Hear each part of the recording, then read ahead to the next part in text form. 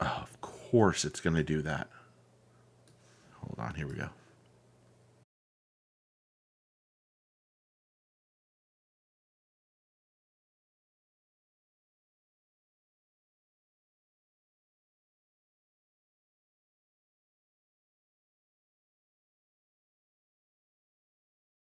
Hey guys, welcome back. Welcome back to the channel. Welcome back to the Mr. Bass Get Your Fish On live podcast show.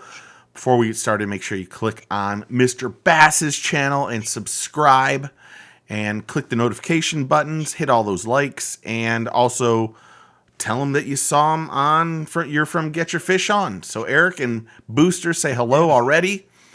So first and foremost, Mr. Bass, how are you? What's been going on, brother? I'm doing great, man. How are you doing? I am doing well too. I have been watching the channel this week. Congratulations. I've seen lots of good videos. Tell me a little bit about what's been happening over there on your channel this week.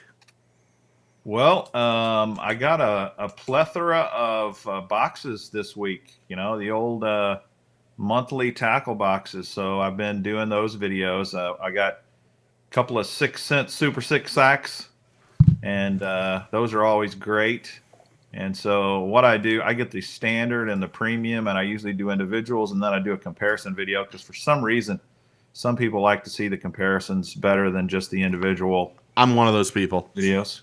Yeah. So I do that and enjoy that. And then I got the old Champions Club box from Major League Fishing. It's the third month now that they've been doing that. So I've got that one. I posted it today. So that came just a couple hours ago. Posted that one.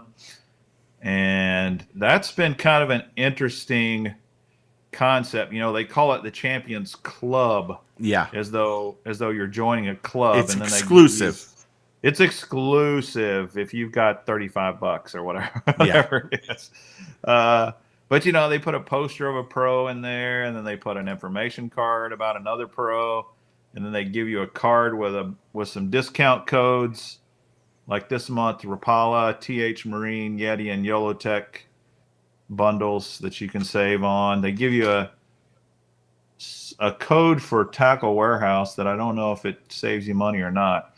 And then they have a video that you can watch, you know, a kind of like a Bass University video of a pro teaching you something that they say that's exclusive. And I haven't watched any of those videos yet the first 3 months, so I don't know if they're any good or not. Are you a subscriber to that Bass University by any chance? Yeah, I am actually. Yeah, Pete is a great guy. He is a great guy. Yeah. Well, I don't know him personally, but the stuff's good. It's really good stuff. Really good. I went fishing with Scott Siller one day. He's with MPFL, and as we were on the water, as we pulled up, Bobby Lane was there, and he and I mingle a lot. I guess that's the best way to say it. And he thought I was going to film him, and he got all excited. He's like, "Oh my God, I didn't know you worked for Bass University." I'm like, yeah, that ain't me, man." And he's like, oh. So then we sat and started talking, and Scott put the boat in, and the other guy showed up and got on his boat, and we just sat and talked for like 15 minutes, and finally someone said, "You know, there's other people than you two that are working here." And I'm like, "Okay, I'll see you later." And then we texted each other during the day asking if we were catching fish, could he come over to see us and that kind of stuff. So it was cool. It was really cool. What is your overall, now that I'm kind of went way off topic here, what was your overall feeling about that? Do you like this Champion Club box that you get from them? Yeah, so far I do. The you know, one of their promises is name brand lures, and that they absolutely have held to that all 3 months. Everything in the box has been very well recognized. I would call them premium lures for the most part. This month they had more soft plastics and hard baits, which kind of confused me, but they threw in some tungsten nail weights and some leader line, and I know fishing line is not popular in these boxes, but fishing line is incredibly expensive. And Well, I think sometimes guys they just don't equate it with a good, I want something cool in my box. I don't want fishing line. so in your box though, you got fluorocarbon. Fluorocarbon Yeah, I is did. extremely expensive. Yeah. Yeah. In fact, Um, it's sitting right here. It was it's leader though. It's only 25 yards, but yeah. it's still excess tough line. Yeah, most Is fluorocarbons, you king. don't get more than 25, 50 yards of it. It isn't meant to, you don't spool it on a rod. You use it as, leader. I don't even know this, and I apologize. Do you use braid or do you use mono? I use braid on my spinning rods most of the time. Okay. And then on my bait casters, I use either fluorocarbon or mono. Okay. I I have a few techniques that I will use braid on my bait casters, but I don't like braid on a bait caster. I know a lot of guys swear by it, I do. but I just don't like the way it casts. And so anyway, Yeah. It's all personal preference, to be honest. Down yep. here we have so much lily pads and that kind of stuff. I use I think it's the only my bait casters. It's the only time I use 40-pound braid. Everything Mm, else is like 10 or 12 pound. I try to go as light as possible just because it makes life a lot easier for me. And sure. usually everything is braid for me. Unless I go saltwater fishing, then I use braid, and then I use a leader to it, a fluorocarbon leader. Yeah, yeah, Because right. I think in the case of saltwater fish, I think they see the line a little bit better than, no offense, stupid bass. So, Yeah, yeah. you know, The water's a lot clearer out there too. I mean, we have a real issue here locally that our we have a lot of people that pump their I hate to say this, their shit into the lagoon. And I Oh, mean really? literally their septic tanks. Jeez And Louise. yeah, and we That should get be. we get we get horrible red tides and fish kills and stuff from people spraying their keeping, it's really important in Florida to keep your lawn green. I mean, during the summer, Oh it man. rains every day, excluding here recently. So the rain usually does a pretty good job.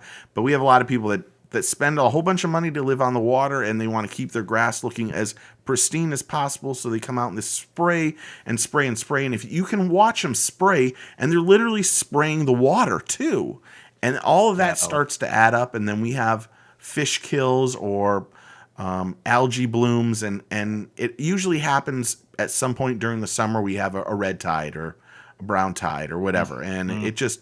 it's done so much damage over the years that it's not much fun anymore, unfortunately. So Wow, that's a shame. yeah, I mean, my boy Jeff Hammer's on here. He fishes. He does videos in the lagoon, and he would be the first one to tell you. Other than his most recent video, we don't have grass on the seafloor anymore. It's just the the water's so stained, the sunlight doesn't get to the bottom, and we're only fishing in a foot and a half of water in most cases, maybe 2 feet, Wow. and it's just that bad. And the sun doesn't get through it. We don't have any emotion, no current that comes through the lagoon. It's all sorts of issues that have all piled up, and we've just made, as Jeff just said, they blow their yard clippings straight into the water. It's a bunch of stuff that now we're paying for. And we used to have, like 10, 12, 15 years ago, I used to go out with a guy named Dave Rogers. He's the first person that got me into radio. He and I did a radio show, just Dave and I. It was called Hog Wild, Play Hog Wild Fishing Show or something like that. I don't even remember what it was. But Dave was a guide, and he and I would go Huh. fishing, and it wasn't uncommon to catch 10 or 15, 30 to 50-inch redfish in a day. Wow. And now you go out there, and if you can find one, you're really doing good. Really? So, you know, it's it's a horrible thing. I mean, in all honesty, it's one of the negative things about the fishing down here. But that's salt water. You go inshore and like, we have algae and that kind of stuff, but not to the level of the saltwater side. So, it's a shame. It's just a shame how we've taken care of certain things. Okay, so let me go through everybody. Everyone's already been saying hello. So Herb, Jan, Jeff Hammer, Matthew, Hank Snow is in here. Hank Snow just gave me whole bunch of jigs. Look at these babies, man. They're in bags right now, though. Custom hand-tied hair jigs. Oh, man. Hair jigs. They are sexy. Shannon, the Little B, Booster, a whole bunch of people. Eric, all you guys, thanks. Frank, Who's Duncan, N5, KDA. He's from Southwest Mississippi. Whole bunch of people saying hello. So thank you, everybody, for being on. Make sure you go to the Mr. Bash channel for sure over here, because it's backwards for me, and subscribe and do all that. However, so let's get into it. Did you do your homework first and foremost? I did do some homework. Look at that. That looked like you were not telling the truth. I did not fart. I did some homework. My problem is I waited till the last day to do it. So that's all right. Today we're going to talk about the top 10 professional fishermen. You have your list. I have my list. Yep. Let me just say right off the bat, no one's list is wrong. All right. No one's list is wrong, but we want to hear who your list is. Now, I have a couple people that I have two people that started us off, Booster and Jim Richard, both they commented, so I know theirs. So I might start with theirs, and then I'll tell you one thing about old Booster, man. He is a YouTube creator's dream, because I know he's one of your subscribers that came over and joined my channel, sub to my channel after we started getting together. And that guy, there he is, his dog ate it, right? He watches all the videos. He participates. He comes on the live chats, and he has good content that he participates in the comments. And then every video, it looks like he watches and he leaves really good comments too, man. And I really appreciate that. He's just an awesome subscriber. If you're a YouTube creator, man, a guy like Booster is it's a dream for me. So Booster came over to the house. He was going to watch a rocket launch. I invited him over. He knows way too much. I love him to death. That man knows he knows like the back end business of lures. So awesome. I drove him up. He met my little boy, and then I took him over to the private pond, and then we fished. We didn't even get to fish very long, but I'm like, I'll be honest. I said to him, "Look, Hammer's making fun of me." I said, "Put on a lizard. Just do me a favor. Put on a lizard. I'm not telling you wrong here." He's like, "I'm going to fish this. I'm going to do this." I'm like, "Okay, I'm just telling you. I'm just giving you a helpful hint." We had an absolute blast. I kicked his ass. But I said, awesome. Just do me a favor. Just do this. So I'm looking forward to actually. I'm hoping that I have a trip kind of somewhat planned with a couple pros, and I'm hoping that he can come down from, I think he's in Georgia, and come down and participate, hopefully, because we both want to go fish the headwaters, and I have a friend that said, come on with me, blah, blah, blah. So it's in the works. Sweet. So it's a good one too, for sure. So, Eric said something. Eric, sorry, I don't have a top 10 favorite fisherman. Only have a favorite 2, and that's Mr. Bass and Get Your Fish On. I will say, kissing ass will get you a lot on this channel. It will. It will. Great. Awesome, Eric. You're the man.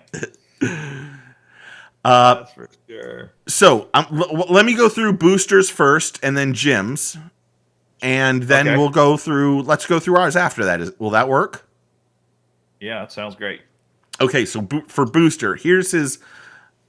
He says, "Phew, Here's my list. Not from it all time. Roland Martin, KVD, Rick Clunn, Larry Nixon, Bill Dance, Denny Brower, Jacob Wheeler, Jimmy Houston, Hank Parker, and David Dudley.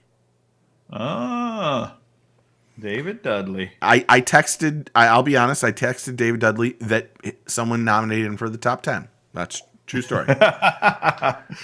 Jim Richards put Rick Clunn, KVD, Roland Martin, Bill Dance, Denny Brower, Hank Parker, Larry Nixon, Aaron Martens, Skeet Reese, and Gary Klein. Okay. Now, I'm sure we have some that are the same. Yeah, I've got a lot of similarities with those guys. Okay, I would love to hear yours, and at the same, if there's someone that we agree that I have on my list, once you tell me why you think they're on theirs, and then I'll say, oh no, he's on my list too, and here's why I put him on. Is that okay? Okay. Yeah, that's great. Now this is in no particular order. Let's make sure that's clear. I'm going to give a caveat here.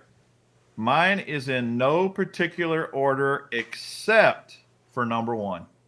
Mine too. I have a number one that I think hands down is number one, and I'll explain my thinking behind it. When this is subjective, obviously, and it's just for fun, and it's not really making a statement, good or bad, about whether I like an angler or anything like that. It's just looking at what I think the evidence shows, and it's hard to do. It's very hard to say best angler of all time for a couple of reasons. One is time has not ended yet.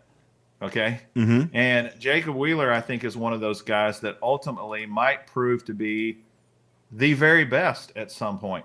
But I think there's still time out there that he's got to prove. And then you've got a guy like, say, Bill Dance or Roland Martin, who their fishing career is technically over. Yes. And then you've got the old timers versus kind of the mid group versus the brand new guys. Yes. And can you really compare them against each other? I think that's very, very hard to do because the pro fishing world of Roland Martin is 180 degrees different than the pro world of Jacob Wheeler is today. I agree. And so it's like comparing apples to oranges, quite frankly. So when I was going through this, I asked myself, as of today, entire body of work, who do I think is the best? And there are some guys that are still young that probably are better fishermen than maybe some of these older time guys even. But I didn't put them on the list because I think they've still got a ton of career left. And I think they've still got a lot more to prove, even though they've made some amazing inroads up to this point. So for me, my number one all-time pro fisherman is still Kevin VanDam. I think he's the best. If you look at there's several things going on here. One is incredibly long career. You take a guy like Hank Parker. Hank Parker maybe could have had as good a record as KVD, but he quit, after, I don't know, like 10, 12 years. He just quit, and decided I'm going to be at home with family. And he had enough business things in place that he didn't need to keep fishing tournaments. What if he'd fished for 25 or 30 years, like a KVD? Boy, it really makes you wonder. KVD right now has been a pro for 31 years, I believe. He's got 121 top tens, I think. Now, my numbers might be a little off, but I think you're dead on. 121 top tens, and he's got 28 major wins. We're not talking even opens. We're talking elite level tournaments, 28 of them. He's won the Classic. Yeah, 4 times he's won the Classic. He's won AOY. Let me see here. 1, 2, 3, 4. 6 Angler of the Years. 6. I've got 7 here. I've got 7-time AOY. Is it? And 4 Classics. according to Bass Fan. You can look this stuff up on Bass Fan. Yeah. I mean, the dude's an animal, and people might say, "Well, he's Wheeler's kicking his butt right now." Okay, but 121 top tens, 28 majors. Here's the other thing that I think I've got a stat here for the top money makers. See if I can find this real quick. He is so far. I mean, there's nobody even. I mean, not even. It's insane. He has won almost $7 million in tournament winnings. Yeah. Dang, I hope I can find this. I think he's $3 million above second place. Yeah, and the next closest guy, it's like barely $4 million. He's dominated in every area, not just fishing, but in tournament winnings, and then of course you don't ever know as far as private sponsorship money, but he's got to have dominated that as well his whole career. So to me, there is no question he is by far the number one angler of all time. I agree completely. There are some people have say Roland Martin over him. Bob Witt said. Mm-hmm. Bob Witt. Well, let me just say Shannon Kirby said Edwin Evers, Ott Defoe, Greg Hackney, Mark Rose, Jacob Wheeler, Skeet Reese, Jimmy Houston, Aaron Martens, and Gary Klein. He didn't even put KVD in there. Hold on, let me make sure that was right. Shannon, what the heck are you thinking? I'm joking, of course. Bob Witt says, and he has them in order: Scott Martin, Jimmy Houston, David Fritz, Larry Nixon, Jacob Wheeler, Bill Dance, Denny Brower, KVD at 3, Rick Clunn, Roland Martin. Wow. Wow. Matthew said my list would be Roland Martin, KVD, Jimmy Houston, Chris Zaldane, Ott Defoe, Edwin Evers, Bill Dance, Rick Clunn, Mike Iaconelli, and Scott Martin. And then Hank Snow said KVD, Rick Clunn, Roland Martin, Bill Dance, Denny Brower, Hank Parker, Aaron Martens, Larry Nixon, Jacob Wheeler, and Mark Davis. And Shannon said you said 10. So, hold on. I can add these. Why am I reading these when I can just put them on the screen? What a dumbass I am. So, yes. Yeah. I agree completely. In terms of people being in this industry for this long, I'll be honest, Kevin VanDam's one of the best people to interview when he has time. Now, he is continuously busy. But good dude, great father, fantastic husband. He loves his boys. He loves those 2 boys, man. I can tell you that. He was so proud when when they graduated and both went to college. That was one of the things that he and I have talked about. I saw him years ago at the Classic, and he was rolling up his boat, and he's like, "Chapman, come help me!" And I'm like, "Okay, whatever you need." And then I think I came over, kissed his feet, and then did whatever he asked me to do. That's a joke, though. One of the best guys, but probably the busiest man in bass fishing. Probably the busiest man. And really, this is why I really think that right now in his career, I think he's spending way more time and energy working on promoting and helping build the Major League Fishing business and working for his sponsors, and less time fishing. And I really think if he were putting 100% effort into his fishing the way he did, 10 years ago, that he would probably be dominating the Major League Fishing right now. It's just it's a lower priority for him. I mean, I'm speaking for him. Obviously, I'm just guessing, but I really think the fishing itself he loves, and he loves to compete, and he loves to do that, but he doesn't get any time to practice and prepare the way most of his competition does. He's just so busy. I think his fire still burns like anybody out there. He really does want to win. I think, though, he now has a lot more priorities or sponsorship priorities that never had happened years ago. I think that nowadays, if you've ever been fishing with, because I've been on the boat with Kevin, the one problem that fishing with Kevin that nobody else has to deal with on the face of the earth is when you're on his boat. Chase. boats. There's 40 to 50 people following you. Yeah, and everywhere he goes. Everywhere. And not only does he have to fish, but he has to tell people where he's going next. So he has to. Yeah. He's the only person that has to crowd maintenance as he's trying to catch fish. And I think that probably has a little bit to do with it. Yeah, I was at a classic one time, and I just couldn't believe it. I couldn't believe all the boats following him everywhere. Yeah, it was just insane. I mean, and he's just as cool as a cucumber. He doesn't let it upset him. It's pretty amazing. Yeah,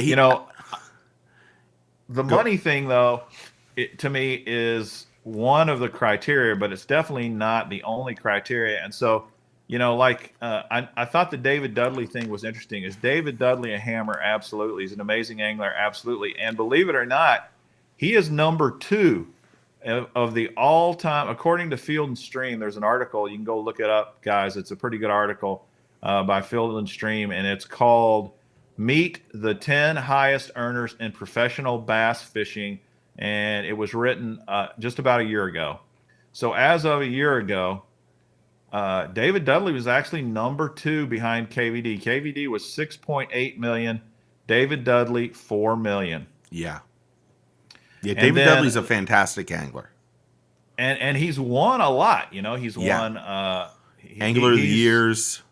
Yeah, he really has. So you can't he's not a bad selection by any means. He'd be hard to argue with. Who do you think's number 3 of all-time money winners behind Dudley?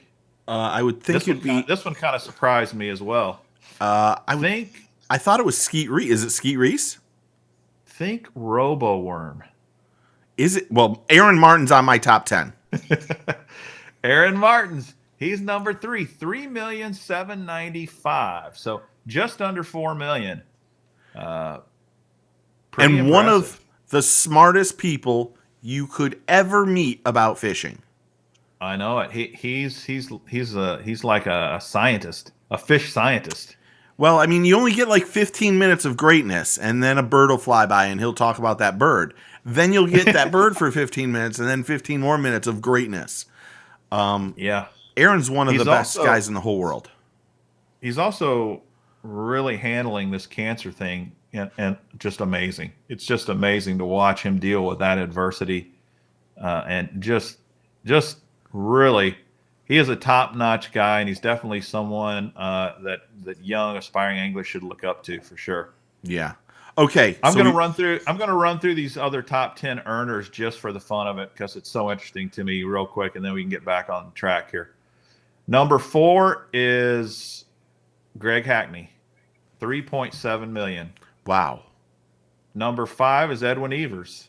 That doesn't surprise me. 3.6 million. Number 6 is Rick Clunn, 3.4 million. Then Skeet Reese at 3.4. Then Mike Iaconelli at 3.1. Then Alton Jones, 3 million. That kind of surprised me. That one surprises me. Yeah, it did me too. And then number 10, Scott Martin, 2.96 million. And probably made that much on YouTube. Yeah, no doubt. The guy, interesting. Several of these guys are also amazing marketers as well. Yeah. But anyway, that's your top money earners. And of that list, I had 2 of those guys. No, I think I had 3. I had 3 of those guys on my top 10. So anyway, so number 1, I got KVD. Number 2, I've got Rick Clunn. And again, these can kind of interchange, but I really feel like he is in the top tier. He's either number 2, number 3, number 4, somewhere around in there for a couple of reasons. His stats are insane. Mm-hmm. One of his stats that nobody even mentions is how many years I don't have it, but he's just he's like the energized bunny. He just goes and goes and goes and goes, and he's got to be the oldest guy on tour fishing, I would think. And he's fished 472 tournaments. Mm-hmm. He's been to 32 classics, and he's won 4 classics. He's been, and get this, think of this. He's fished 472 tournaments. And how many times do you think he's been in the money in 472 tournaments? 306 times. 64% of his tournaments, he cashes a check. 64%. That is insane. I mean, it's just mind blowing to be in the money almost 65% of the time. Mm-hmm. But, because he's kind of older and he's not had, the last 5 years or 6, 7, 8 years has not been constantly winning, I think people kind of just forget this dude has dominated this sport for years and years and years. He's had 16 first places, 14 second places, 12 third places, 123 top 10s. 25% of all of his tournaments, he's been in the top 10. Mm-hmm. And I think we're not talking coffee can tournaments here. No. We're talking major elite tournaments. 25% he's been in the top 10. 200 of his tournaments, 192, he's been in the top 20. And 245, he's been in the top 30. It's insane. And he's another guy like Aaron Martens. We want to talk about insanely, he's just analyzing everything about fishing. He's a fish scientist. He's amazing. He really is. And, he just won, was it like 2 years ago? He won an elite event. Yeah, 3 years ago. In over here in Palatka. I was there covering it. The 5 bass he brought in the last day, they have those giant bags. Yeah. So they had a place for media to go in. I think Mike and I were the only media people that were there. He brought his boat in, says hello. He's like, "Hey, Steve," blah, blah, blah, blah. He opens up the bag and he starts shoving these fish in. He had so much pounds of fish that final day. The bag, the fish's heads were sticking out and tails were hanging out because they were so big. He had like 33 or 34 pounds on the final day. And it was like, oh my gosh. It was awesome. He's on now, I will be honest. Is he in the top 10? He's in my top 10 for sure. But he's in my top 10 because he's a legend and an icon in the industry. When they start talking about, there was a rumor last year that Bass was actually thinking about giving him a legendary exemption because he didn't qualify to make the Classic. And having him inside the Classic meant more people would show up. You are in the top 10. You are an icon then. It kind of sucks he didn't qualify, but they were still trying to make it so there was a way for him to get into this year's Classic. And that's just unbelievable. 4 Classic championships, 32 Classic appearances, and he's just everything. He is an icon. He's an icon. So I'm right with you. We're 2 for 2 here. Absolutely. Okay, my number 3 is Roland Martin. Roland Martin's on my list too. And again, he dominated for so long. And a lot of guys don't even remember because I think his last tournament was in the late 80s or early 90s. I don't even know when it was. I read it somewhere recently, but he hasn't really fished a major tournament in a lot of young fans' lifetime. So it's easy to kind of overlook him, I think. But you can't overlook the fact that the guy, he's fished so many tournaments, 306 total tournaments. He was in 25 Classics. And he's in the money 30% of the time. 100, well, more than that, 193 out of 306. But see, just compare that to Rick Clunn. Rick Clunn's been in the money 65% of the time, where Roland's been in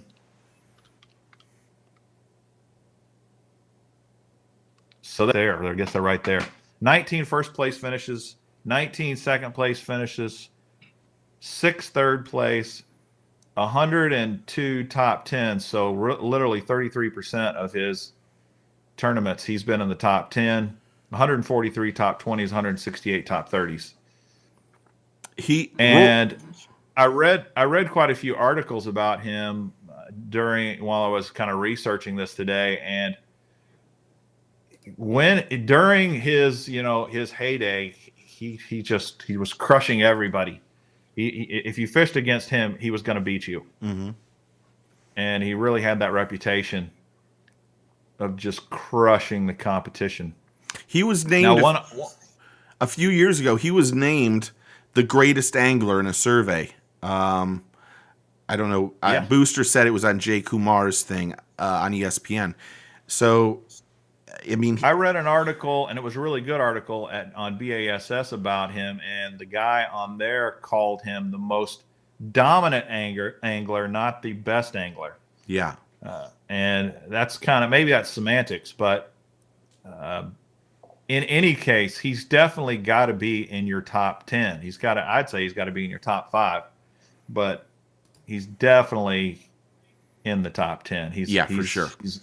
He's a pioneer, and he's amazing. I'm right with you. We're 3 for 3. We agree on this so far. Now, what's interesting is when you get these older guys, their career winnings are so low just because those tournaments didn't pay jack. Yeah, $10,000. Some of them were $1,000. Yeah, yeah. So his lifetime career winnings is only barely $1 million. Yeah, but that's why I think the number, the dollar thing is subjective, really. Yeah, you can't really go other than Kevin VanDam. You can't really go by money earnings. Kevin VanDam you can because he's been in this for 30 years, and just from day one he's been one of the most dominant anglers of all time. That's right. And you want to know it isn't even just domination in professional fishing. He puts his name to something, that thing sells. Yeah, that's a whole different criteria, but you're right. I mean, it's part of it. It's definitely part of it. Okay, number 4 for you, or the next one. Maybe that's the best way to put it. Yeah, the next one I had was Bill Dance. Yeah, Daddy. Yeah, and Bill Dance, he was one of the very first ones to get in the game fishing, bass fishing Hall of Fame. He's in the Game Fishing Hall of Fame, the Freshwater Hall of Fame, the Bass Fishing Hall of Fame. He caught the very first bass in BASS history. And it's pretty interesting because very first tournament, he literally went straight off the ramp and stopped and cast and caught a fish, and he caught that fish before a lot of guys had even taken off. Mm-hmm. So he's another one where if he had fished for as many years as KVD, there's no telling what he could have done. But his TV show became so popular, and I guess he made a business decision at some point that he was just gonna not fish tournaments anymore. But he had 3 AOYs. He won a ton of tournaments. And he was another one of those guys that if he was fishing, you had to watch him. He was probably going to win. And as you've told me, he's like the number 1 most influential angler when it comes to sales and marketing, right? Yeah, there's nobody who sells a product. There's no one even close. No offense to KVD. You can put Bill Dance on the lure, and you put KVD on the lure, and like 70% of the people will buy it because Bill Dance says it. Yeah. And which is why, as an 80-year-old man, you still see him on all kinds of products all over Bass Pro Shops and everywhere else you go. He's the most recognizable professional angler on the face of the earth. That's right. I'd say he is, and that's why you can't ignore him. I mean, and he's got the fishing record to back it up, but I think he's got to be in the top 10 talk for sure. For sure. I'm with you there on that one. Okay, the next one I had was Hank Parker. I have him on my list too. And he's another one that he made a family decision to stop fishing really when he was kind of at the pinnacle of his career. And the guy, his record's amazing. It's absolutely amazing. And he's another one of those, as a fishing fan, I say to myself, man, what if he had fished 30 years? Mm-hmm. How many more tournaments would this guy have won? He won 2 Bassmaster Classics. There's only 4 people. I'm pretty sure I got this right. There's 4 anglers that have won more than one. Rick Clunn, KVD, Hank Parker, and our Auburn boy. Jordan Lee. Yeah, Jordan Lee. To my knowledge, there's only 4 that have won more than one classic. That's an incredible achievement in and of itself. But he's got 2 classics under his belt, and he's the first one that they say won the Grand Slam of competitive bass fishing. Of course, this was back then. We don't even consider this to be the term Grand Slam of competitive bass fishing. I'm really not that familiar with, but in his day, back in 1983, it was the Classic, the AOI, and the BASS Super Bass Tournament. Yep. He won all 3 of them, so he was the first one to do that. The trifecta. So Hank Parker cashed in 75% of every tournament he ever fished in. And that is just an amazing stat. I've got 76% according to his Wikipedia page. Hank fished in the money 76% of BASS tournaments. And that's why. That alone, that's mind-boggling. Imagine 3 out of every 4 tournaments you make a check. Yeah. Why would you stop? I know. I mean, it wasn't about who knows why he stopped, but the coolest thing about Hank Parker, and I think it says this on his Wikipedia. I don't know this for sure because I didn't look at Wikipedia. He attempted to qualify for the NASCAR Busch Series. Yeah. Yeah, that is right. What professional fisherman thinks, oh, yeah, I think I can drive with Jeff Gordon and those guys? I mean, really, come on. The balls you got to have to do that is ridiculous. No doubt. No doubt. He's an interesting dude. He is an interesting dude. I think I've only interviewed Hank one time. Do you know that? Really? Really? That's one of the few people I have a hard time getting in touch with. Interesting. Okay, next person. Okay, now my next few are going. This is where I think my tipping point is going to be where I start to have people really disagree with me. I mean, there's going to be portions that absolutely do agree, and there's going to be others that think I'm nuts here. And part of this is because I'm looking at the whole overall record, and right off the bat, you're going to notice I have very few what you might call current anglers that are actually fishing now. Yeah. I got KVD in there, and I've got 1 or 2 more, but that's it. And the reason is because I'm saying best of all time, and I really think these young guys that are probably going to pass some of these guys, they're going to pass some of these guys in their career. I just don't think they're there yet.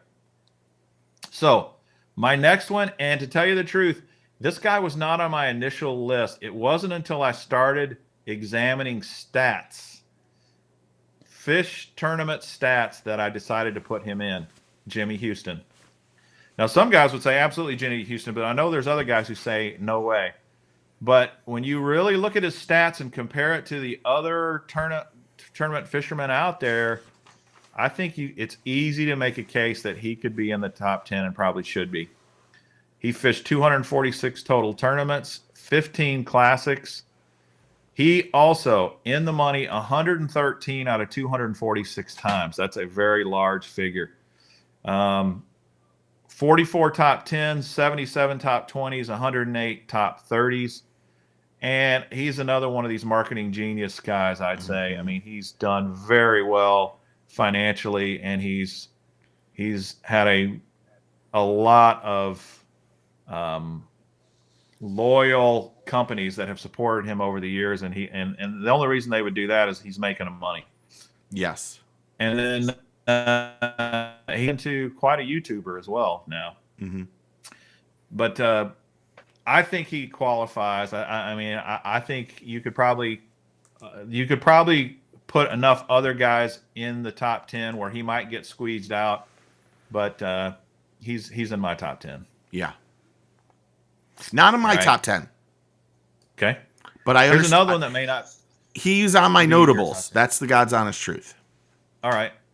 Here's another one that may not be in your top 10. He definitely was not in my top 10 until I started really digging through the numbers. Jay Ellis. Yes. And Great I angler. guarantee you there's guys that are saying, what are you talking about? We haven't seen a lot with him lately, even though he is still fishing pro tournaments. He's been a pro for 34 years, so 3 years longer than KVD. He has been in 75 top 10s. 75 top 10s. That's pretty impressive. He's had 5 wins. He's won $2.42 million. He won a classic. I think that's important. He's fished 16 classics, and he also fished 11 Forest Wood Cups. Yep. He also, and this is another big critical component, I think, to deciding whether a guy really qualifies for the top 10. He has won AOI, let's see, FLW AOI twice, Bassmaster AOI once, and then, of course, the champion, the classic champion once. And the AOI is very, very hard to do, especially to do it 3 different times. Yep. So I feel like his record is what sets him apart. Is he super flashy? Is he super commercial? Is he no? But he is a stick, and I think he's one of the very best sticks out there.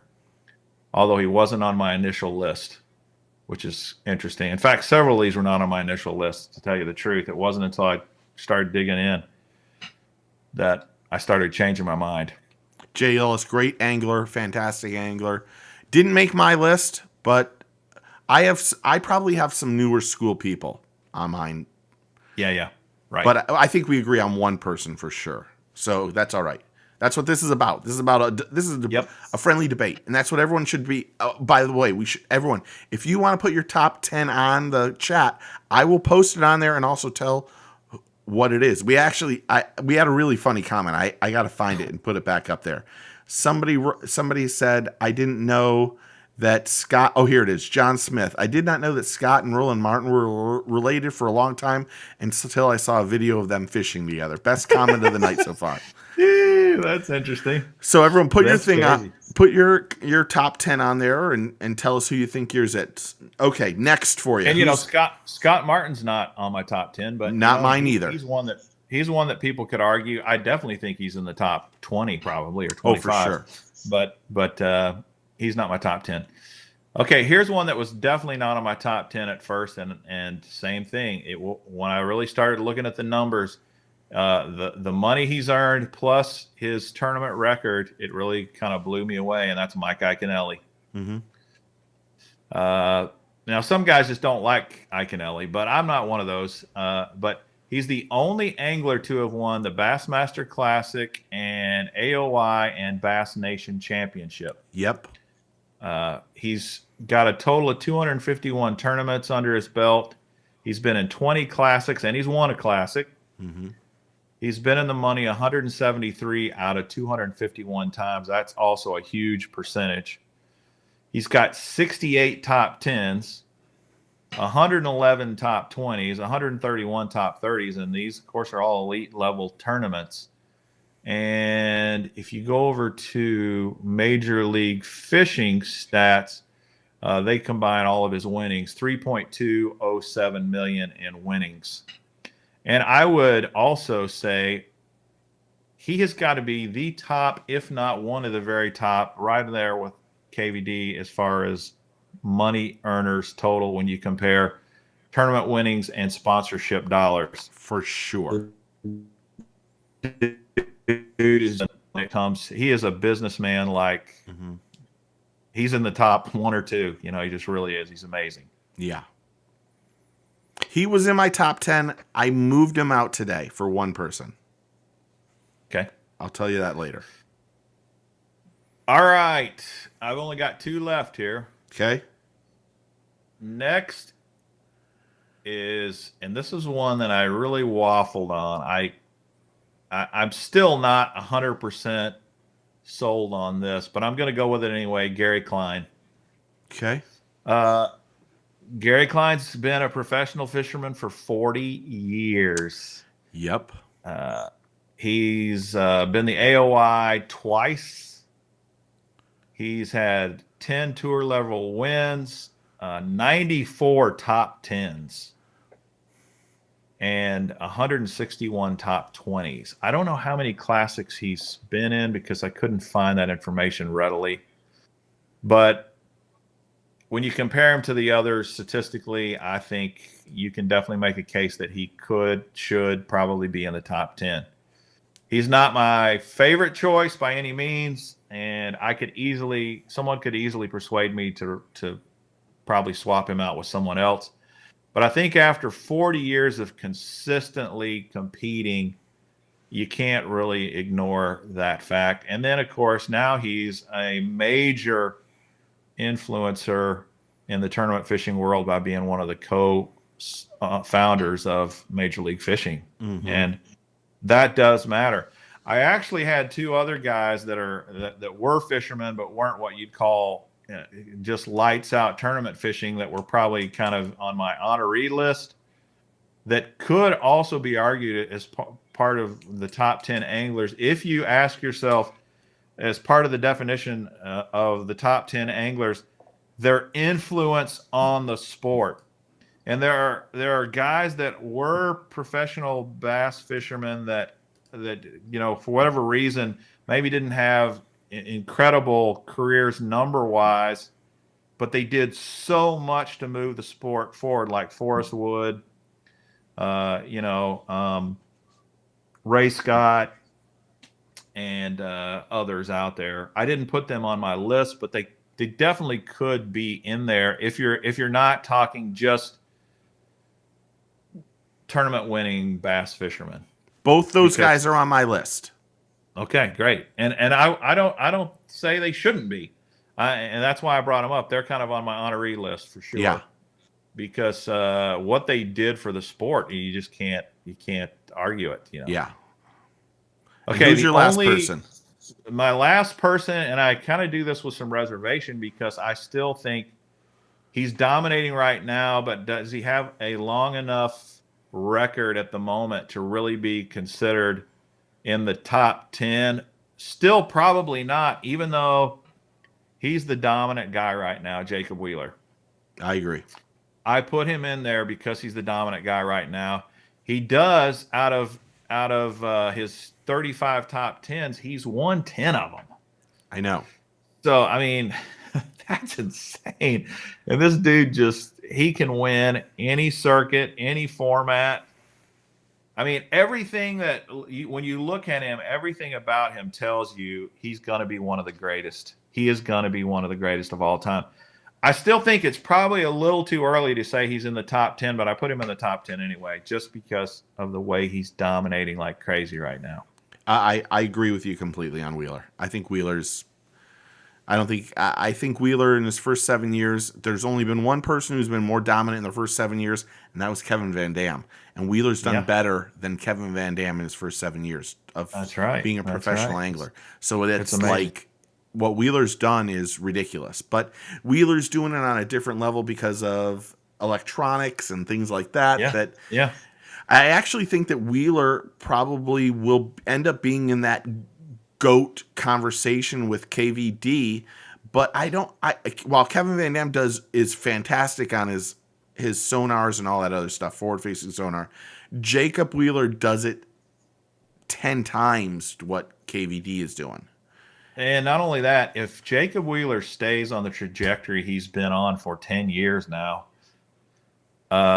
guess what? He's going to make more money over time than KVD ever did in his career.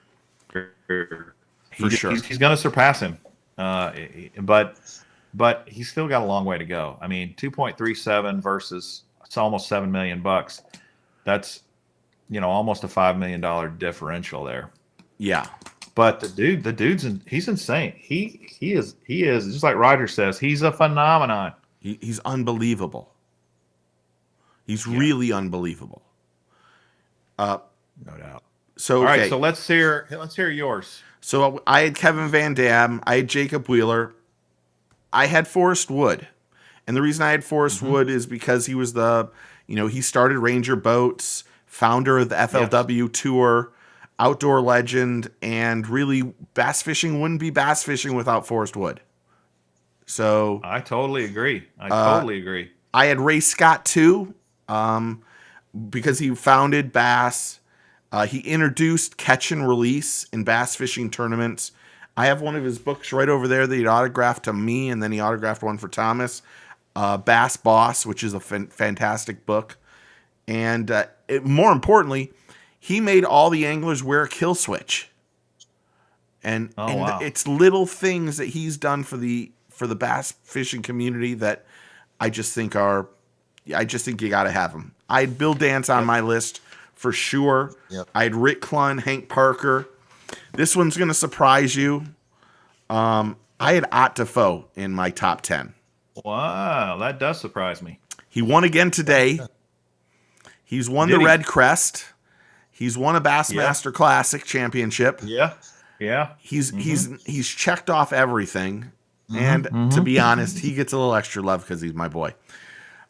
He kicked Mike Iaconelli off the list today, to be honest, today. Okay. And then I had Roland Martin, and then my last one is Aaron Martens. I mean, he's had 3 Angler of the Year awards. Here's one. He's in 241 tournaments. He's been in the money 183 times. Yeah. 9 first places, 71 top 10s, $3 million in earnings, 4-time runner-up at the Classic. And if he is healthy, he can kick your butt anywhere in the country fishing. Yeah, I agree with you. I had him on my runner-up list, and I really waffled between him and Gary Klein. And you could talk to me about another 30 seconds, and I probably would take Gary Klein off and put Aaron in his place. I mean, it's that close. He's dominant. Aaron is amazing. And just think how different it would be. He had that run of second place finishes. It was insane how many second places he had. And if he had won those, oh my goodness, his numbers would be even more astronomical. Yeah. It's just amazing. I had 3 people that were notables. I don't think we're anywhere without Doug Hannon. I know that sounds weird. Yeah, that's an interesting one. I wonder how many guys even know who he is on here. But you are right, man. The old professor. I used to have him on the show all the time. Yeah, before he passed. He's. I just watched one of his videos the other day. I mean, it's terrible on the TV. The photography. I mean, it's just so bad. But the content is great. It's unbelievable, fantastic. Yeah, that's an interesting one to be on there. I like that. I like that pick, actually. So then my other 2 were Denny Brower and Larry Nixon. I think both those guys easily could fit in the top 10. Anywhere could probably kick a couple people out, but overall, I think that is it. Now, if you had to go top 4, the 4 on the Mount Rushmore. Do we agree on Kevin VanDam as on that list? Absolutely. Yes, for sure. Here's where it gets fun. Where do we go next? I think we both could probably agree Bill Dance. Yes, I would agree with that. He's in the top 4. I think so too. Here's where it gets weird. I kind of feel like Rick Clunn should be in that top 4. He's in mine. I don't think you can. Rick Clunn is just. I know you have this "what has he done for me lately" kind of mentality. Yeah. He's getting older, but if you look at what he did, even just winning 2 years ago, he won a tournament. It was the oldest person to ever win a Bassmaster Elite tournament when he won at Palatka. And he didn't just win, he flat out killed it. I mean, it was awesome to watch. Yeah. And I'm telling you, trying to do something at age 70, anything at age 70 is so much harder than at age 30 or even age 40. I mean, I'm not 70 yet, but I'm just telling you, it's an amazing accomplishment to continue to be able to compete the way he does at his age. And then almost nobody can do that. Almost no one can do that. Denny Brower, is back. He would still be fishing today if he didn't have so many back problems. I agree. But yeah. This is what happens. You get older and your body just can't keep up. And he's defying the odds. He really is. And then my last he's definitely in my top 4. And my last one on my Rushmore would be, as everyone keeps mentioning, Roland Marten. I don't think you can take Mine away too. anything from Roland Marten. I got the exact same top 4 as you do. Yeah. Booster said Andy Morgan dominated FLW the last 4 years before FLW went up. Andy Morgan's absolutely retarded good. He is unbelievable good. Yep, I agree. I mean, see, so I'm gonna stir the pot here, and I apologize right now. The problem, I don't know how to say this without being really smarty pants. The one thing about the separation for me for FLW and bass is a big difference, especially before FLW got purchased by Major League Fishing. As a media person, FLW was, down here, and bass was way up here. The anglers that were on the Elite Series were noticeably more successful than a majority of the FLW guys. No offense to David Dudley, but David wasn't getting the respect that he deserved because he fished FLW. And so that's kind of somewhat of a minor problem for me. If that makes any sense. I mean, there's truth to that. There has always been this kind of stigma as it relates to the FLW guys that they're just not the elites. BASS is the elites. Yes. You can argue the point either way, because there's definitely sticks that fish the FLW that came over to BASS and they competed just fine. They even won.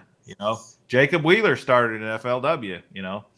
And so, but you're right. It's hard to argue that point. So here's another. This was going to be another topic for the day, and I just want to hear your opinion, because I have talked to a couple people about this.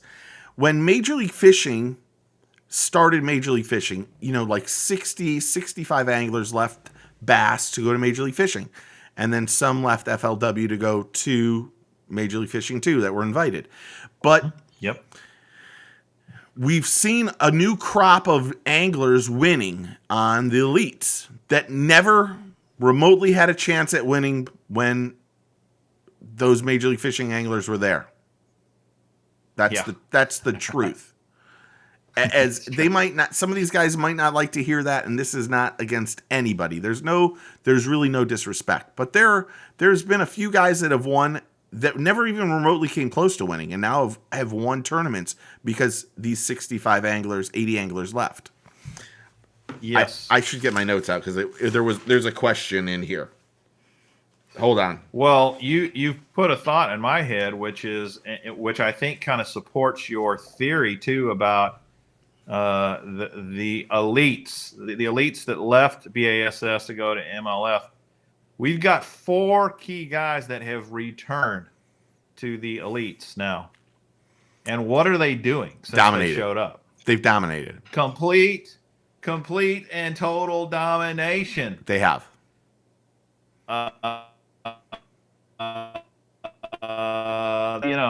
There's a reason for that. So yeah. My question is, very interesting. If MLF didn't exist, would some of these guys actually win?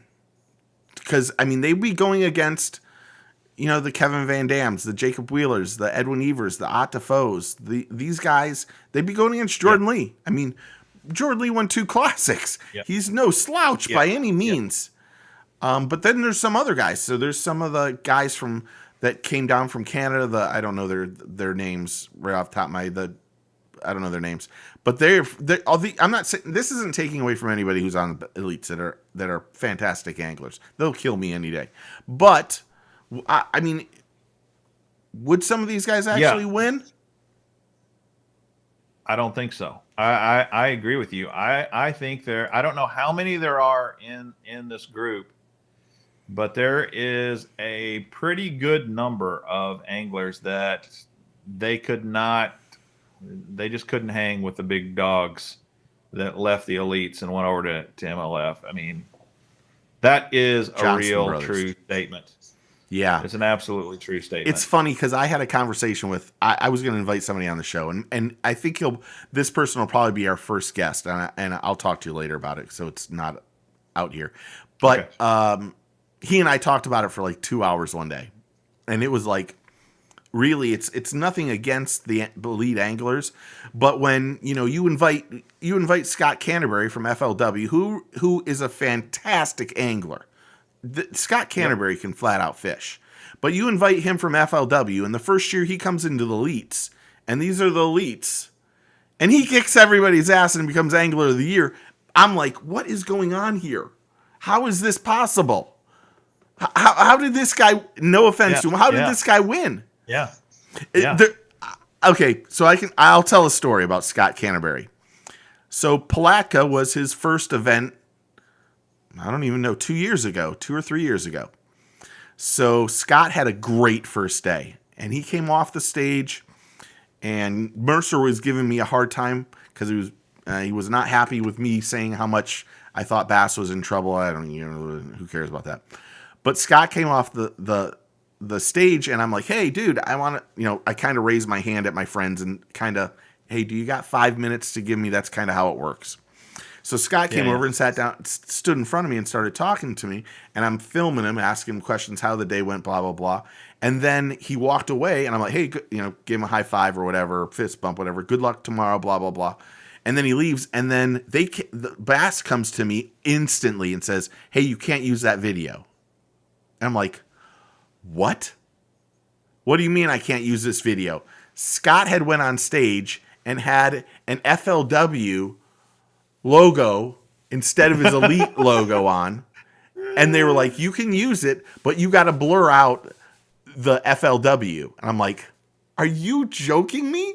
And they were I wouldn't say they were furious, but they were like, dude, you wore the wrong jersey on stage, we can't have that, blah blah blah. And I assume he changed the next day, but it was hilarious. It was hilarious. Yeah, that is funny. There are probably guys who don't know this, but if you fish the BASS Opens, same thing. They make you wear something with a BASS logo on it, and if you don't have it, they give you the logos to pin onto your shirt, or black tape them out. So that's interesting. I've seen anglers, I can't say their names, that have, just as before they go on stage, they look down at their shirt and then they make sure that they know who all their sponsors are. And then they've actually went, oh my gosh, that guy didn't pay me. Take black tape and black tape it out before walking on stage, because they didn't want that person to get any credit, or because they didn't pay their retainer fee for the month. Hey, life's tough, man. Life's tough. But I do, back to your point there, I've fished with these Opens anglers that got bids to the elites, and I got to know them and got to kind of see their body of work, and any one of these guys got a shot of winning. They can compete and win against anybody, but the odds are still pretty greatly stacked against them to be able to consistently win against the big sticks like the Hackneys of the world, the Poliniks, these guys, the Otdefos, that they're just on a different level. They quite frankly are. There's a when you really look at the statistics and you start looking at professional fishermen, there's a really humongous gap between that top 10 guys who are always in the checks and that next level. That has nothing to do with their fishing. It's that they know they're able to change the pace of what they're doing and make good thought and changes immediately to start catching fish. Yeah, and this would be a really interesting topic because what is the secret sauce that separates these dudes from the rest of the group? Yeah. That's one we'll leave that one for another one of our topics. Maybe that's the best way to do that. For sure. Yeah. There's been lots of comments. I've been trying to go through it. I'm trying to put everyone's comments up. So before I do that, everyone make sure you go to Mr. Bass's channel. We need to remind this. Next week we'll be on Mr. Bass's channel. Go there, subscribe, like, comment, click the notification button, do all that stuff, and become part of his team too while you're part over here. Make sure you give this a thumbs up and all that other good stuff too. Okay, so we kind of agreed on a majority of our top 10s. I think everyone kind of agreed on it too. So, I like this, to be honest. I could talk about this for 2 hours. Yeah. It's a fun topic. Another fun topic might be, all right, let's put aside anybody who's not actively competing today. And then let's talk about who are the top 10 or the top 15, whatever, that are actively competing today, whether it's on the BASS, Major League Fishing. I guess you could even talk about the NPFL if you wanted to. But that would also be an interesting topic just to kind of talk about, of the sticks that are really actively competing today, who really are the top 10? Who are the 10 best? That would be fun to talk about. Well, I think you got to have Kevin VanDam in there for sure. For sure. I mean, and we know Jacob Wheeler's definitely got to be in there. Edwin Evers could definitely qualify. Aaron Martens. Polinik's been winning a lot. Brandon Polinik for sure. I mean, Jason Christie, to be honest. Yeah, Jason Christie's been out, and Hackney as well. They all could qualify there. I think John Cox might make the top 10 or 15. John Cox is amazing. He is amazing. He really, yes, there's no question he could definitely be in. Oh man, there's another guy's face I can see that absolutely should be in there. John Cox was 18 months in a row as the number one angler in the world. 18 consecutive months. Amazing. Does Scott Martin, Jordan Lee? Yeah, that's another one that they both could probably be in that conversation. How can you go against him? Scott Martin, he had to grind his way back into the BASS side, and that's another indicator, I think, of the level of competition on the Elite since this 65 guys left, because several guys have been able to do this. And not to take anything away from Scott Martin, we all know what an amazing stick he is, but there's 65 guys that he didn't have to compete against to qualify for the Elites. And if I were him, I'd be like, hallelujah, boy. And it was a hard, he's got an amazing YouTube channel, and he documented the whole process, and it was not easy by any means, but just think how much more difficult it would be went to the Elites, don't you think? Yeah, I think getting to the Elites is one of the hardest things you can do, because if we look at it, I mean, last year, Jacob Prosnick is a absolute fantastic angler. He didn't make it to the elites. Brian Latimer didn't do it. Right. Todd Castledine. There were a bunch of guys that left, decided not to, when MLF bought FLW, that they didn't want anything part of that. And they went to the Opens, did their best, killed it, and still didn't qualify. And now they have to attempt to re-qualify. And really, you only have 3 tournaments to make it in the Opens. You have one bad tournament in an Open, and you can kiss that berth to an elite goodbye. It's either you're on fire that week or you're not, or you don't make it. And it means you have to wait another year. And that's when things get insane. I mean, honestly, the Central Opens last year were the most competitive fishing in the country. They were more competitive than the MLF. They were more competitive than the elites because the names that were in there were huge names to qualify. It was unbelievable. Yeah, you've nailed it on the head. It's absolutely true. So Booster said Bass Fan rankings have Wheeler number 1, Justin Lucas number 2, and he's a great angler. Palaniuk 3, Jordan Lee 4, Ottafo 5, Andy Morgan 6, John Cox, my boy 7, Patrick Walters 8th, Seth Feeder 9th, and Mark Daniels Jr., who I don't even think he gets the credit he deserves. He kind of just sneaks in there for a paycheck every time. He's in the top 20 every tournament.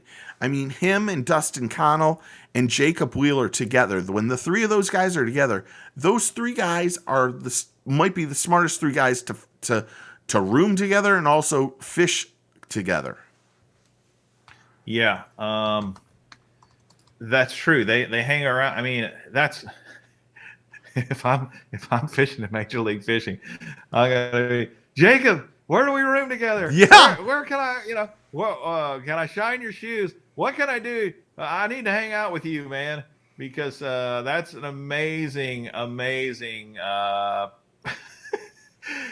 very strategic, very strategic. I'm all about that. I think it's very, very smart to get him as someone to hang out with. Okay, so one of your fishing buddies.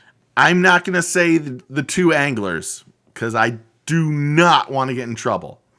But there was a rumor that 2 really good anglers started rooming together because they wanted to not help each other, but one of them was doing much better than the other, and the other one's like, "Look, I can start learning from this guy, and this is only going to help my fishing thing." And that's why the 2 of them roomed together. I'll tell you off the air who it is, but I don't want to say it on here. But that does happen. And with Wheeler and Connell and Daniels, they get a house together, and they all split it 3 ways. I think they might even have 4 people that goes in with them, and then they split it 4 ways. It makes it cuts down on all their expenses for that, and it really does help to be able to bounce. I know they can't technically talk shop about what's going on, but they're talking for sure. There's some talking going on. Absolutely. I think that's there is some strategy there. I think very few pros, I think, just completely isolate themselves and try to figure everything out on their own. Yeah, that's just not smart. That's not a smart strategy at all. Yeah. I mean, you can't get help, but you can get help. There's a gray area to that whole thing. For sure. For sure. Okay. I'm still flipping through. The names of anglers at the moment because there's one guy on the tip of my tongue that I absolutely think needs to be in the top 10 list, and we haven't said his name yet. Man, I cannot believe I'm drawing a blank. But the guys who watch my channel are used to me doing this.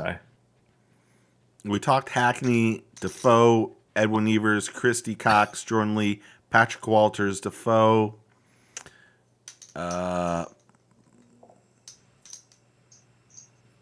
Yeah. Shannon said, I don't see anything wrong with some talking. You're technically, like, I've been on the boat with Kevin VanDam during a practice day, and I saw a giant bass. I mean, a giant bass. I mean, one of the biggest basses I've ever seen. And I said, oh my God, do you see that one on the bed? He turned around to me and said, Steve, you can't point out where fish are. It's against the rules. So whatever you see and you tell me, I can't do anything about. So please don't do that. And, you know, we talked about the weirdest place that he autographed a person after that. Yeah, Paul and Nick did the same thing to me one time when I was a marshal. He's like, you cannot tell me. Yeah. You cannot tell me. Bobby Lane? Anything. Yeah, he's been killing it lately. The Lane brothers are all. Another second place. He has been killing it lately. I know it. It's pretty impressive. Yeah, he's a good dude, man. He's a good dude. Well, dang, I can't find it. But anyway. Okay. Yeah, that was fun. That was definitely a fun topic. Here is my next topic for you. So I watched a video just last night. Now, I should preface, I don't really watch Guggen Squad stuff. But if I'm going to watch one of them, I'm going to watch John B's stuff. I don't know if he just seems really creative. And for whatever reason, I'm not a subscriber, but I think he does very good. I think he does brilliant work. I should say that. But last night's video has me completely dumbfounded. I had a hard time today. I thought about this for probably 4 or 5 hours. You texted me, and I was working on I was working on a video for iCast for Tackle Webs, and it was at that point in time, it was all I had thought about from when I woke up to when you and I texted. This is how my brain works. He went out and bought the Manifold De Niro Yugo Frame 550 glide bait, the almost 22 inch, 2.7 pound leather, $1,150 swim bait. And that's horsehide leather, by the way. Yes. Thank you.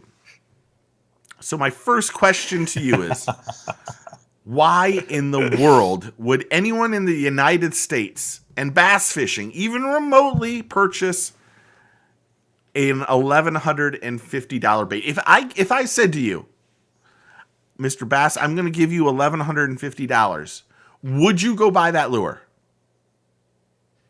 Well, I got so many other things I would rather buy first. No, there's no way I'd do that. I mean, that's total insanity, and that's all there is to it. And like you said, this thing is almost 22 inches long and weighs 43 ounces, 2.5 pounds. How are you even going to cast? You've got to buy a whole new setup just to cast the thing. And jeez, it's mind blowing. But hey, to each his own. I think it would be great to have as a YouTuber because you could make some great videos with it. But I'm not going to spend $1,150 for a swim bait. I mean, it's insane. And not only that, a leather swim bait at that. I'm like, leather? Okay. That's crazy. I will say right off the bat, if you have not seen this video or watched this bait in the water, you're going to be really surprised to start off with. I mean, it is exceptional. But yeah, so it's not a gimmick bait, right? Say that again. That they've made this lure to be a real bait, a real Yes. lure that you would use to fish with. It's got like 8 different places to put a treble hook. It's got one on the side of the face here, all up and down its head. It's got 6 or 8 treble hook places. Could you have the ability to show this thing on screen by chance? You want to know what? I probably can. Hold on. Keep talking. Yeah, it's humongous. It's got all of these hook point. Let me tell you some of the things it says about the leather exterior. The leather exterior does not get colder in the water like a traditional plastic lure does, which ensures the bait has a warmer body temperature and a similar texture to a living bait fish for a more natural presentation. As the leather progresses, the surface foil becomes weathered and becomes more like a wounded or weak bait fish as well. So they're saying this leather exterior actually makes it look more lifelike, more realistic. Okay, I'm officially. The thing is, when you've got a 22-inch bait, the you probably ought to go fish for muskie or something with the thing. Not to say, I've fished bass for years. I know a bass will go after anything it thinks it can actually successfully eat. But yeah, there's a picture of that thing. I don't know why I didn't cover the whole page, but this is it. Look at this. Holy cow. So I don't know if you can. You can't see where my thing is. This is obscene. It is. I mean, that's not. So, didn't you? Can you? Before we went on, can you read the people's comments from the tackle warehouse for me, please? Because I thought that was the best thing you said in the pre-show. Yeah, there's only 2 comments, but this first one's great. Bought this for the bass here in Minnesota. Had amazing action, but unfortunately lost it on the 4th cast. Oh, man. 4 casts and $1,150 down the drain.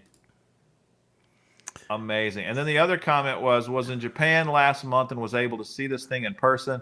This thing is massive, and it has a super wide S motion. It takes little to no effort to make this thing swim correctly. It does swim better when the leather is soaked in water. Definitely a cool bait, but I wouldn't have any use for this in the U.S. So how many people, and I'm just speaking from myself. I don't know if you saw I gave you first access to my video before I put it up. That bass I caught was probably 26 and a half inches, give or take. Imagine what do you think a 26-inch bass is going to try to eat a 22-inch bait? I mean, am I crazy? If you can tell me seriously, dude, am I crazy? I mean, who's buying this? Yeah, I don't know. You're right. You almost there's only about 3 places in the country you could fish it. Maybe Florida's one, because you get a double-digit bass might go after it.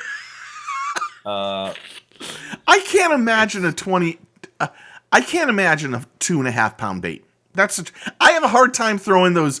I have a hard time throwing anything over a half ounce. I start getting freaked out.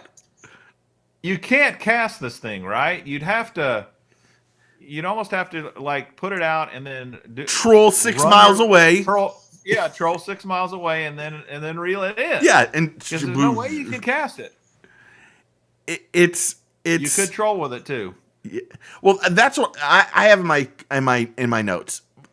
They made this for. I should mention they made this for bass fishermen. They did not make this for saltwater fishermen. I think it could catch something saltwater, but you'd have to go marlin fishing. Yeah. and in that case, that bait isn't remotely. When you go offshore fishing, you're using a real big giant hook. Now these were really big hooks, and they had hooks all over. But you don't use a lot of treble hooks when you're marlin fishing or sail fishing or dolphin fishing. When you go king fishing, yes, you use a stinger. But when you go this is made for bass. Really, it's made for Japanese bass. Are the Japanese bass that much bigger than the bass we have? No. I mean, that it says it comes with 4 premium Japanese Ryugi treble hooks. I wish I knew what size those hooks were. I think they were 8s. It doesn't tell you. Really? Booster says they found a 6-pound bass with a 4-pound bass in its mouth floating in Lake Guerrero, Mexico. He said he's. I have seen videos of a bass hit another bass almost the same size as it, and I think it has to do with the unique angle for that one split second. I'm sure it's an illusion, and the bass thinks the fish is smaller than it really is. Yes, and then they choke. And then they choke on it. Yeah. I just can't imagine a 10-pound bass even remotely thinking that it could eat. I mean, the bass I caught was pretty nice the other day. That's the God's honest truth. I can't imagine that bait being swallowed by that bass. Okay, so I got the Depths 250 here, which I think is about 7 inches long. So 3 of these. So let's take 3 real quick, and I'll try to hold them together. It's going to be out. Hold on. I'm going to take me off the screen. Hold on. This is 21 inches. And that lure is 22 inches long, 21.65 inches long. It's insane.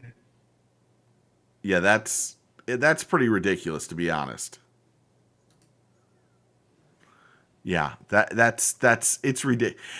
But okay, would you buy that bait if it was $250? Yes, I would. You would? I absolutely would. Yes.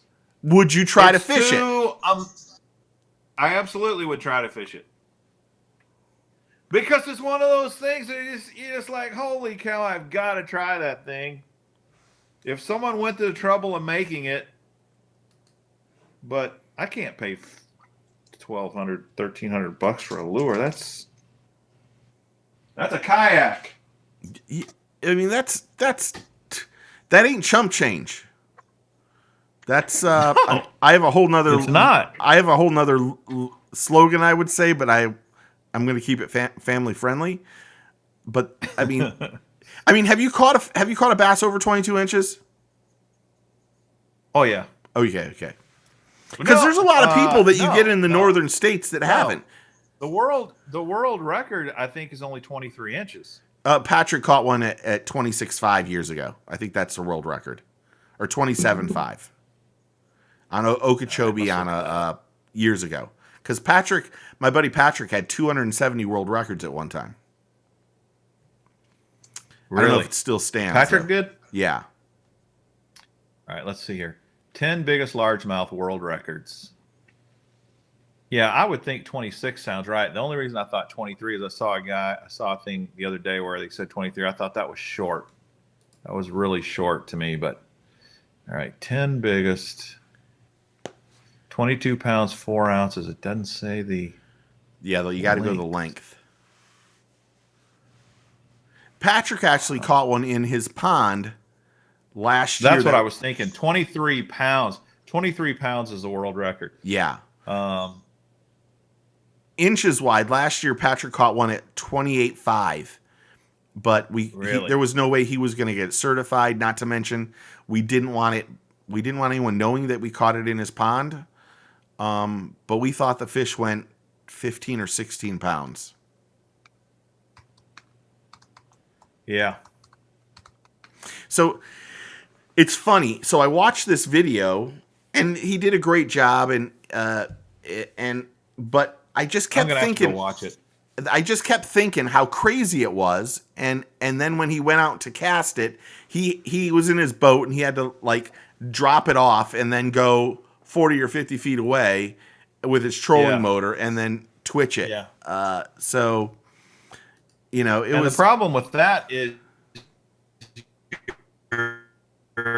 you almost would have to go out and then go in a circle so that you're retrieving it in a different direction that you didn't just drive over with your boat. Yeah.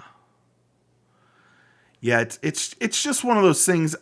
I kind of think it's gimmicky. That's the truth. I can understand someone wanting it. It absolutely is gimmicky, but when you spend that much money for a gimmick, you kind of take it seriously. Well, I mean, how many lures have you ever seen with leather? I've never seen a leather lure.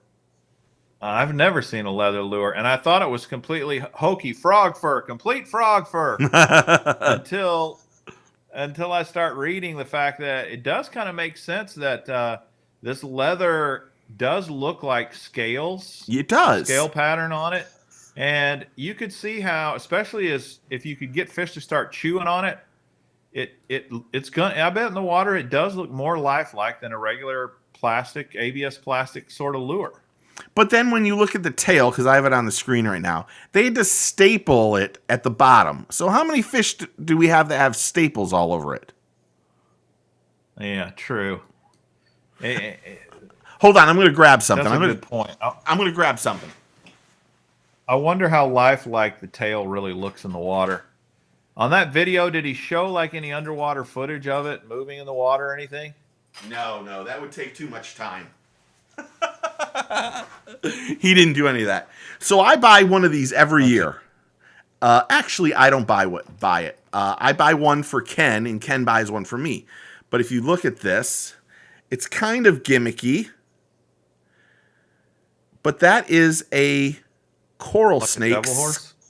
Coral snake skin on a custom lure. So in this case, this is a diamondback or a rattlesnake. Oh. So I don't know if that looks, I don't know how that's. Yeah, you can definitely see it. Looks good. So this guy finds these snakes dead, skins them, then puts them on a lure. So every year at the Antique Lure Show, I buy Ken Duke one, and he buys me. And these are the two ones, because we're both scared. We're both real big babies about snakes. And that's what it is. And I don't know if he's on here. Jeff Hammer, you should see the size of the snakes at this guy's house. I won't go to Jeff's house. He has that big of snakes around his house. Well, you guys have the old pythons down there, don't you? Yeah, you get down towards the Everglades. Yeah, but I mean, no, Jeff had a couple diamondback rattlesnakes last year that probably went 4 or 5 foot. I mean, they were absolute pigs. I mean, they were giants. And I actually think, if I remember correctly, I should text him. I think his daughter got bit by one years ago. So he really knows, what's going on with them.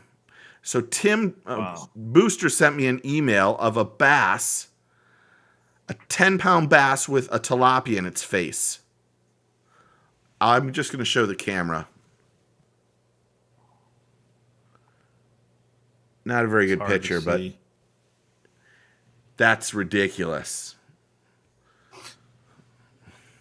When I saw the video, I was more or less like, first off, first it said most expensive lure, and I'm thinking, I didn't even see the video, and I went, did he buy that $1,100 video on Tackle Warehouse? Because I get this thing from Tackle Warehouse every month. It says, here's the new stuff, blah blah blah. Here's the stuff here's the stuff we think you could fish. Here's what's going on, blah, blah, blah. I don't want to go through with my whole theory. And that was one of the lures that was sent. And I'm like...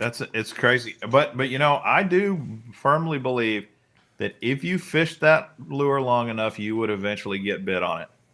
But, it's one of those deals where who knows how long you'd have to fish it before you got bit.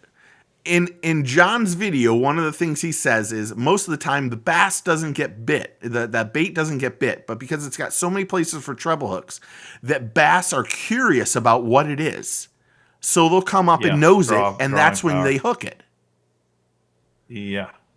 I believe that. It's probably a amazing. Yeah. Everybody's talking about snakes, and we're not talking snakes, guys. I don't want to talk snakes. I appreciate these snake lures, these custom lures. It's funny because every year when Ken and I buy these, every year we go, "Did you use yours yet?" And it's like, no way. We're scared to use them because they're custom. It's a beautiful lure. It is a beautiful lure. It just, that one in particular is really cool. Yeah, this is I think this. I got that one right in the finger. It's got good hooks. Been there, done that. That's a good looking one. That's a coral snake, I think. Wait a minute, red and yellow kill a fellow. No, yeah, this is the red and yellow kill a fellow. Red and black, you'll be back. See the red and yellow match. This is the one you wouldn't want to run into. That's a good deal. Red and yellow kill a fellow. I got to remember that. Yeah, that's how we remember it down here. And you don't ever see those snakes, those coral snakes. I've only seen one time, and it was in a Gulf, like the hole. As I lifted up the flag, the snake was in the hole. And I was like, okay, man. Dad, we're done for the day. We're done for the day. That's funny. Okay, Hammer says, those snake skin lures will attract other snakes. Better give them to me for your safety. Hammer's allowed to have them. Hammer's allowed to have anything smart. I have. Yeah, that's one smart dude right there. Hammer has a great business called Hammer Tech Marine. He does all these great marine saltwater CNC machined stuff for boats. Jeff is a crazy smart person, and he's a really good angler. I actually think he's a better angler than me. He won't admit that, but I think Jeff's a better angler than me. Interesting. So, okay, let me move these snake lures so I don't get snagged by them. Next, we got to say congratulations to Atafo. Won today's Major League Fishing on Harris Chain. One in my backyard. Yeah, that's awesome. One of the best guys in the world, and couldn't be happier for him. The one thing I wish Major League Fishing did, maybe I'm the only one that has this problem, for me, it's so hard to keep track of, you'll get a notice that says so-and-so won this or so-and-so won that, and you're like, all right, what is that, a real tournament, or is that just a stage in one of the tournaments for him to get to the final? I wish they would just say the Bass Pro Tour elite event, whatever they want to call it, on the Harris Chain Lake, that champion. But the way they describe their winners, it's always like, okay, did he really win the tournament? Is the tournament done, or has he won one of the stages in the tournament to get to the next stage to compete to the? It's just like, geez Louise. Just tell us, tournament winner or not, They have the one thing Major League Fishing does better than really almost everybody, the elites do it really well too. They send out a press release pretty much twice a day. I mean, I'm not joking. When they start the tournament, you get a press release. When they finish the day, you get a press release. And in my opinion, one of the things that's holding Major League Fishing back is there's just too many complicating things that go on in the tournament. And that's the one thing that even as somebody who watches, I watch a lot of bass fishing. I watch a lot of fishing because I watch it because I know the guys and I want to keep up with how they're doing and that kind of stuff. But Major League Fishing is confusing for me. It really is. I'm glad to hear that, because I don't want to. I'm hoping I'm not the only one.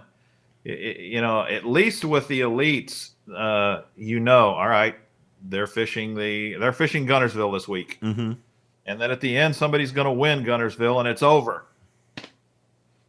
Congratulations, you're the champion. Yeah. They show them with the trophy. 12 different stages to finally get to the championship. That stuff really gets confusing.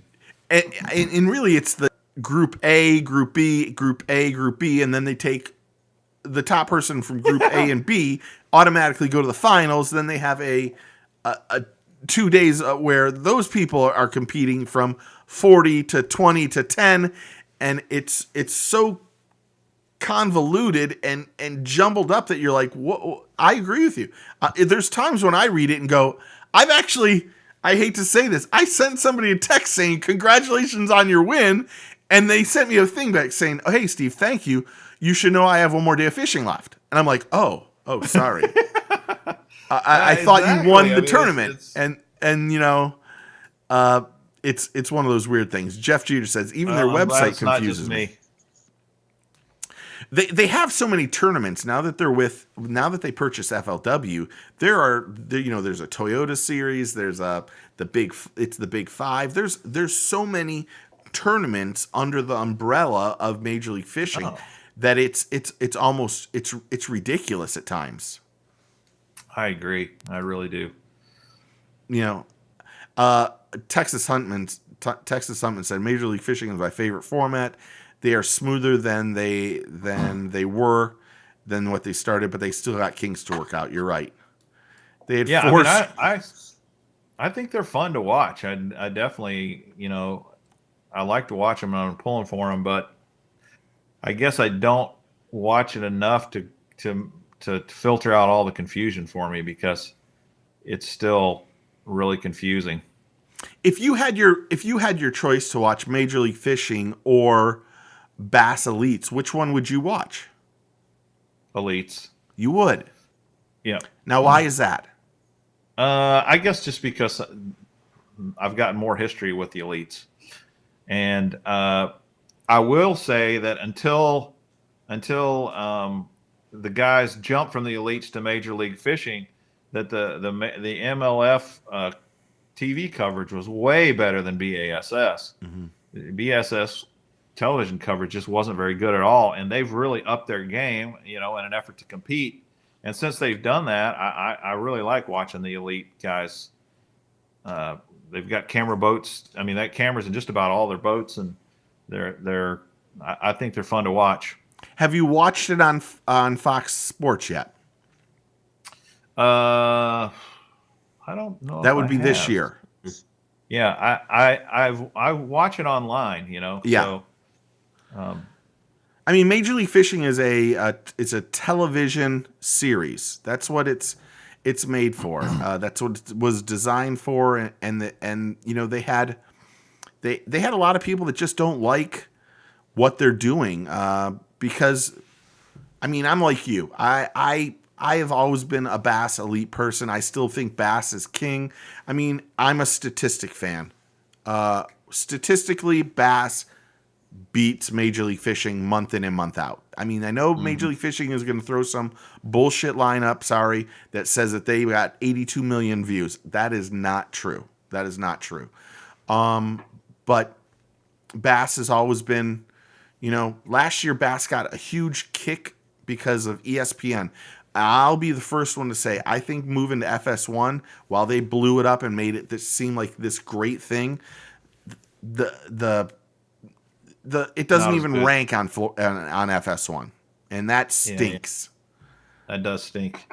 I feel like one thing that Major League Fishing has done is they've tried to change some of their tournament coverage to appeal to people who they're trying. I think they're trying to capture a broader audience, so they're editing their footage in a way that, to me, is less interesting than it used to be. Mm-hmm. And one of the guys mentioned to me in one of the comments a couple of weeks ago that, look, go online and watch the online coverage, and you can get more of the older MLF style where you can actually watch a lot of the fishing and you can see the techniques more and the baits they're using and that kind of stuff. I like that better than just trimming it down to see who's going to win. I like to, and that's what I always liked about the Major League Fishing format is you got to see how they were really fishing and what techniques they were fishing compared to another fisherman, and see them compete against those fishermen. And that was very entertaining and exciting. And it seems like it's kind of gotten away from that. They still show it some, but not nearly as much as they used to. And I think it's because they're trying to appeal to people who've never watched fishing before. Mm-hmm. Where I want to see all the details. I want to see the nitty gritty details. And so Texas Suns and Road. You know what's not fun? Not fun? Looking at the top of everyone's ball cap because they have their faces buried in the stupid live scope. Outlaw that thing on tournament day. I hate to say this. I agree with him. Yeah. There's too much of this I think now. A lot of people. I think a lot of people agree with him. And I don't disagree. I think it's kind of taking some of the sport out of the sport. Yeah. I'm going to throw something out that probably isn't going to be very that people aren't going to like. I think that this is like a bold prediction, I guess is the best way to put it. You had Lunkers TV, Rob Turkula, who decided to jump into the whole professional bass fishing thing, which I think is completely crazy. Because if you don't need to do it, don't do it. It's just a waste of money overall. I mean, unless you hit it big, you're barely gonna break even in most cases. But I'm gonna tell you what I think. From what I've heard, there's been he's went and had somebody teach him how to read his forward-facing sonar, who is the best in the industry. And he's going to come down here to Florida, and he's finally realized that grass is king down here. And I think he's going to come down here for the NPFL, and I think he's going to have a good tournament. But the problem is he's going to have to face guys like Jeff Fritz and Keith Carson and a whole bunch of people like that are studs on the Harris chain. And that was a question I was going to ask you. NPFL comes into town, I think, next week. How many of those guys do you think watched Major League Fishing this weekend on the Harris chain since NPFL is coming to the Harris chain? Well, I talked to one personally who told me he was absolutely going to watch every minute of that stuff for that very reason. I'd do it. If I were fishing NPFL, I would have watched every second of it. Yeah, I know the Harris chain's kind of like my place, but I agree with you completely. If it were me, I would have overly critiqued every second of that tournament, and I'm not joking. No.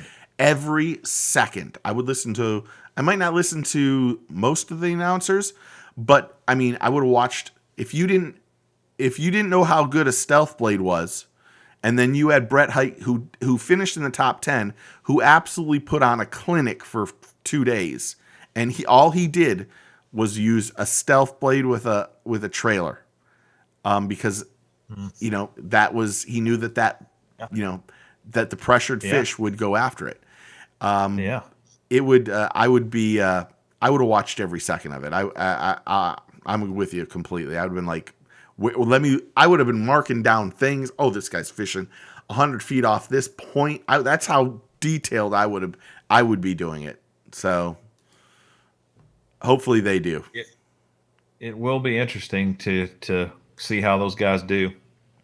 We should really do a show just about electronics and how it's changed the game of fishing. Oh my goodness, it has changed things so much. Just in the last 5 years, it's insane how much it's changed. Mm-hmm. And it's not cheap either. No, it's insanely expensive. That's one of the things on the NPFL.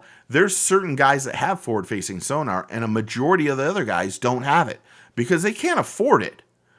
I mean, they're putting out $30,000.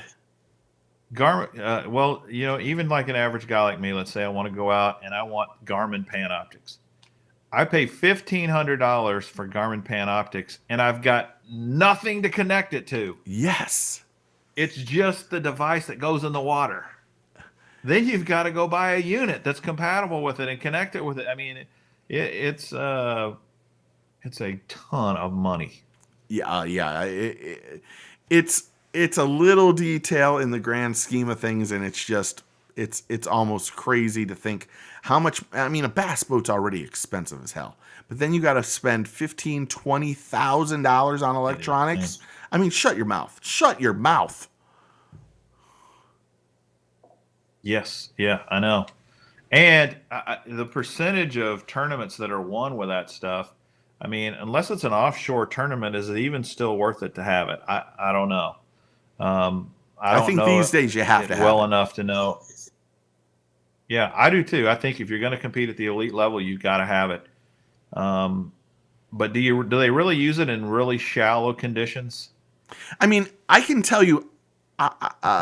So my buddy, his name is Eric Howard. He has H&H rods and reels. He's a crappie fisherman. I can tell you that Panoptix and that forward-facing sonar has completely changed how anglers fish in crappie fishing tournaments. Crappie. Absolutely. I know it. I've been watching that. And you're right, man. All they do is look for brush piles. Yep. And they come up to the brush pile and point that Panoptix right in the brush pile, and they're like, there he is, drop it right on his head. I think. And there's the biggest one. There's the biggest one. There's 3 little ones, and there's the big one right there. I'm going to drop over on the big one. I think one of the things for here at Toho at the Major League Heavy Hitters, Alton Jones point blank said it. He said, all I was doing was riding around looking for fish on my forward facing sonar. I didn't cast until I saw a fish. And I think he won or something like that. He did win. So Hank Snow says John Cox has done pretty good without it. I should say John Cox does have it on his boat these days. He does have electronics now. Now he doesn't use them a lot, but he has had to start to make that change, because if you don't have it, you're SOL'd. So it's true. Everyone is just enjoying, the thing. I only use my side by side for crappie. Guess what? The name came to me of the tournament angler Who was that it? I think needs to be in the top 10. Brian Thrift. Oh God, yes. How good is that dude? He absolutely it should be considered He in the should top be. 10 of current day anglers. I was He's another John Cox. I'm going to be honest. I was disappointed that he went to Major League Fishing. Yeah, I was too. I was disappointed David Dudley went too. I know, I was as well, but I it's about that cheddar. It's the new real deal. Major League Fishing is not a trend or a fad that's going to go away. They're here to stay. They are here to stay. Okay, we only have a couple minutes left.